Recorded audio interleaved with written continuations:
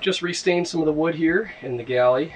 So I basically did not touch these drawers, which you can see are a little bit, they're naturally lighter due to the wood grain, but they're also lighter due to the lack of teak oil. But I just re-oiled basically the entire lip edge, and then also from here all the way over.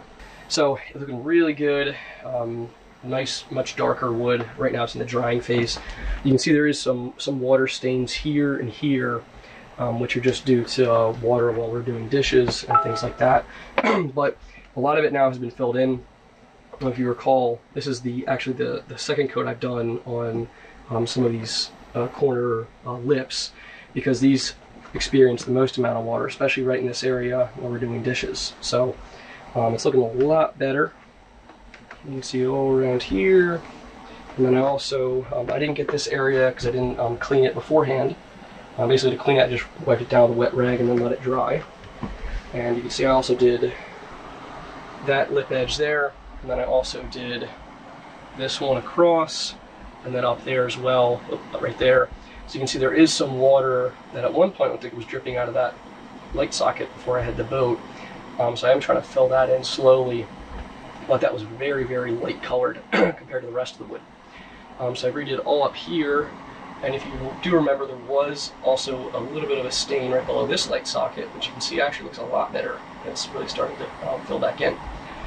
I did this piece right here, and then also our little organizer up here on top. I did not do this side, mainly because I'm going to have to take off our little rack there. So I'm on a little bit of PTO today and getting some projects done around the boat, and apologies if you hear the radio on in the background. I am currently waiting for the Annapolis pump out boat to come, so I do have to keep the radio on to listen. But I have noticed that some of the fire extinguishers throughout the boat, while they say that they're full, have technically reached their expiration point. So this one was manufactured in 2007, and you have to replace them after every 12 years, so this one technically expired in 2019.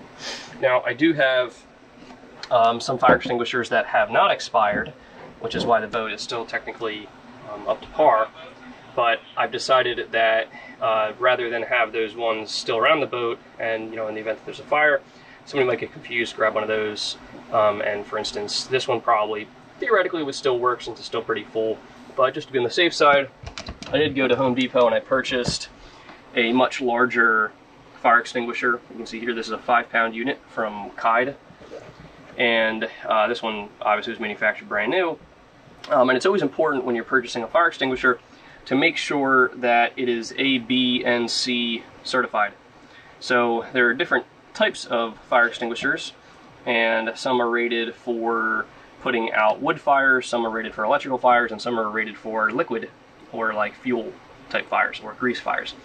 Now an ABC is going to combat all of those types of fires.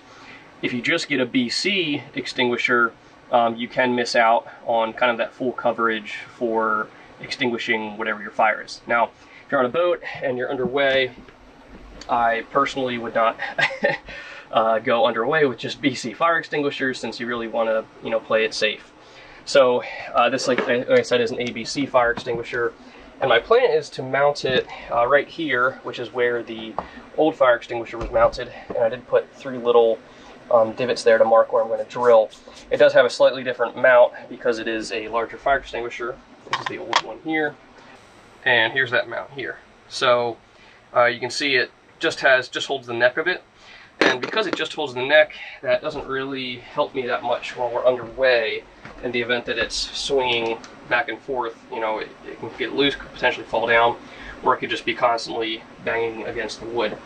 What I'm going to have to do is I'm probably going to have to install some little eye bolts down in here and put together some sort of quick release mechanism such that I can quickly release the base of the fire extinguisher and then pull it off the neck. Since the neck, like I said, will only basically it's for a static installation where you're not moving, so it still wobbles a little bit with that neck. So I'll go ahead and get the neck mounted and then take a look and see how much it wiggles around after.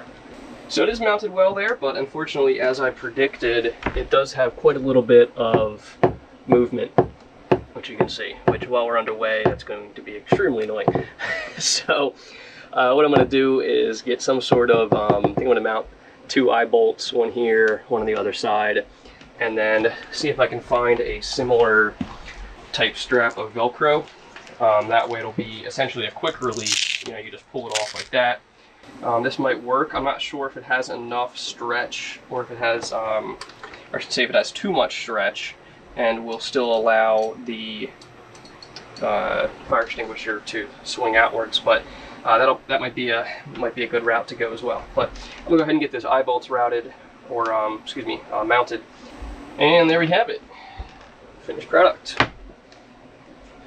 All devised right on camera. So we can see we got our bungee cord here, and it's on there pretty tight. I mean, you have to pull it off pretty hard to get it to swing. I don't think it's going to swing. It might move a little bit this way while we're underway, but that's okay. And then we also have, so if you check out the back here, this is how I essentially shorten the bungee cord. You just pull it out, give it some slack, just like that, and then you just tie another knot. And that'll allow you to shorten the bungee cord to whatever length you want. So we just clip it on the back there, and there we go. Good to go. Well, I've definitely identified that my least favorite thing to do on this boat is to run cabling, especially long distances. So I finally got through my little wire snake here. You can see this is coming from all the way aft, all the way back here, down inside the hatch. So the plan for this is to run a coax cable for our modem up here, all the way back to where the power outlets are on the boat, pass them through the fiberglass, and that will be where our connection is for the coax, so that we can easily undo it before we head out, rather than bringing the coax in through the companionway and having this mess of wiring and everything up here. So what I'm going to do for just for ease of next time I need to run wires, I'm going to run the coax, and I'm also going to run, I think, 2 lines of paracord. That way I can easily pull through another line, or another power line, or instrument line, or something along those lines if I ever need to, in the event that I want to daisy chain our stereos with the stereo out there, so on and so forth. So that's what I'm going to do. I'm going to get that coax, get some paracord, and then pull it back through. Hopefully don't snag it on anything, and I'll make sure, you duct tape it up, or electrical tape it up, so that goes through smoothly, and then hopefully I'll be able to get that cable and run it through. So there we have it. We have our taped up coax cable. This passes through the wire snake, and you can see it, it's the end, or the termination there, covered in electrical tape. And then we also have our 2, I ended up using just this kind of like nylon yarn rather than paracord, and have it ready, relatively flaked out. And I just want to orient this so that I can slowly pull it through. And I'll probably come back in and out and take a couple trips as it's passing through, just to make sure that everything down here is going through in a relatively clean manner, and we're not getting any sort of snags or twists in either the nylon yarn or the coax cable. I've now pulled through about probably 4 or 5 feet worth, and everything seems to be going well. Just came down, checked on the lines. There was a slight kink in one of them, so I just kind of laid them out here, and you can see we're already getting there, probably about 1/3 of the way there, if I had to guess, maybe 1/4. So I think we're pretty much almost there. We just have about that much of the coax left, you can see. And I did have all of this open, so I stick my arm up here to feel for the cabling. And yeah, I can feel it up there, so that's good. And I also, there's a spot up here where I can put my arm up there and feel. So just a little bit left. So you can see, here we go, we got our cable out, and also our 2 nylon yarn lines for any additional cables we need to run later on. You can see it does get a little bit beat up coming through there, so you definitely want to make sure you protect your cables well so they don't get scratched or anything along the way. hence the electrical tape. So now that I've got it out here, I'm going to get it unhooked and pull it through just a little bit more so we have some more slack out here rather than inside, and then start the preparations for getting the cable pass-through ready for the coax. So here's the final product. We have our coupler here. So there's a gold-plated coupler in between the two coax cables here. So you have a male coax, and a female-to-female coupler. These are outdoor coaxes, so they do have rubber kind of gaskets. You can see that the one coming in actually goes over top of this one. So nice and secure. And we've also got coming in here through the cable clamp by Blue Sea Systems. This just runs up to the front of the boat, and we've got internet now in the cabin. So if I walk down to show you, we have the coax cable coming behind this speaker, which you can see there. It comes out from underneath the fiberglass there. Right now it does loop around just because it did have some excess, and it hooks into the modem right here. Now I'm going to move the modem down this way eventually, but the Ethernet cable I have is kind of short, so for it to have internet right now, it needs to be kind of close that way. But that's going to be the permanent position, and of course we are powering it off with a 12-volt system with the modem power here being 12 volts. So that means we will be able to power this off of solar, which is nice. So during the day, while we're docked here, we are essentially going to be powering that as well as the Wi-Fi router with solar power. So reducing our carbon footprint slightly. And you can see the slightly increased amperage now. We do have all the interior lights on, as well as the refrigeration and a couple things charging on the USB. So, and as well, we have two fans running, two 12-volt fans. So, pulling about 10 amps right now. So for tonight's project, we are going to wire up our new wall-mounted 1500 watt heater. So as you can see, it's been mounted on the wall. We do have just a standard wall plug, and the plan is to run it through this system here, underneath this paneling, and then up to the breaker panel, which has a spare breaker on the B panel. And you can see that there. We have air conditioning forward, which is essentially the entire HVAC system for the entire boat. We have air conditioner aft, which has nothing connected to it right now, and we also have air conditioning relay, which has nothing connected to it. So my plan is to connect it to the air conditioning relay and put a new little label on there that says forward heater, something along those lines, and then use the air condition aft for dedicated heater line back towards the aft cabin.